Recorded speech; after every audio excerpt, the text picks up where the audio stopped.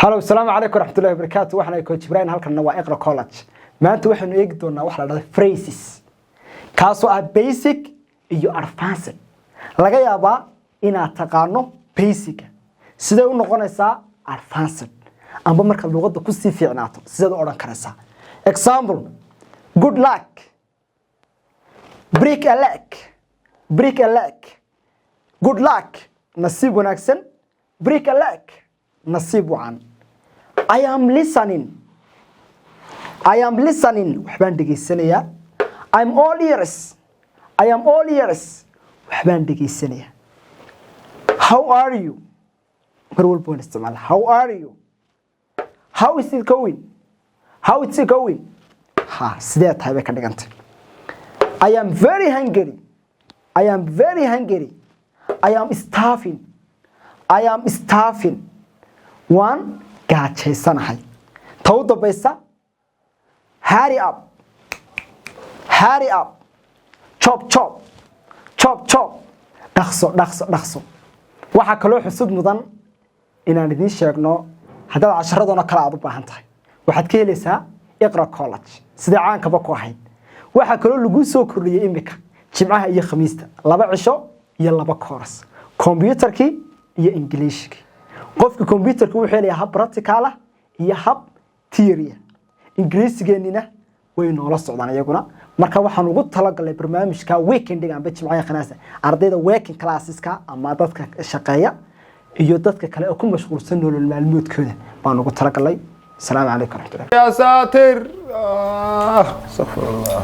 ابا يا وريا ما حتيسي خير شقدي وداب اللي يصرف يا كوسر في مشاركه ليسين ماي waxa la yiri luqadii computerka iska soo dhis waliba gaar ahaan inta iqra kale انا غير markii hore inta siinay ku haysataa waxaan xibran baad shaqo doonatay in mari soo qalab ta lama garanaysid in waraan ku geeyay mari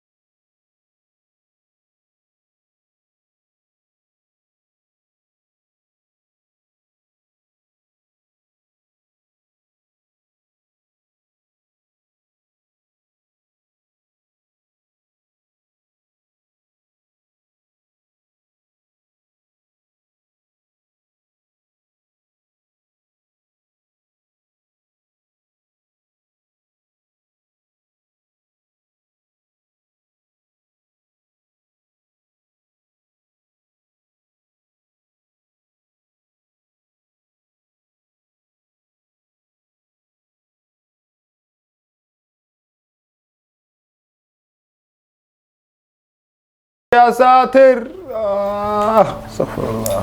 ابا يا وريا ما حتيسي خير شقدي وداب اللي يصرف يا كوسر في مشاركه ليسين ماي waxa la yiri luqadii computerka iska soo dhis waliba gaar ahaan inta iqra kale انا غير markii hore inta siinay ku haysataa waxaan xibran baad shaqo doonatay in mari soo qalab ta lama garanaysid in waraan ku geeyay mari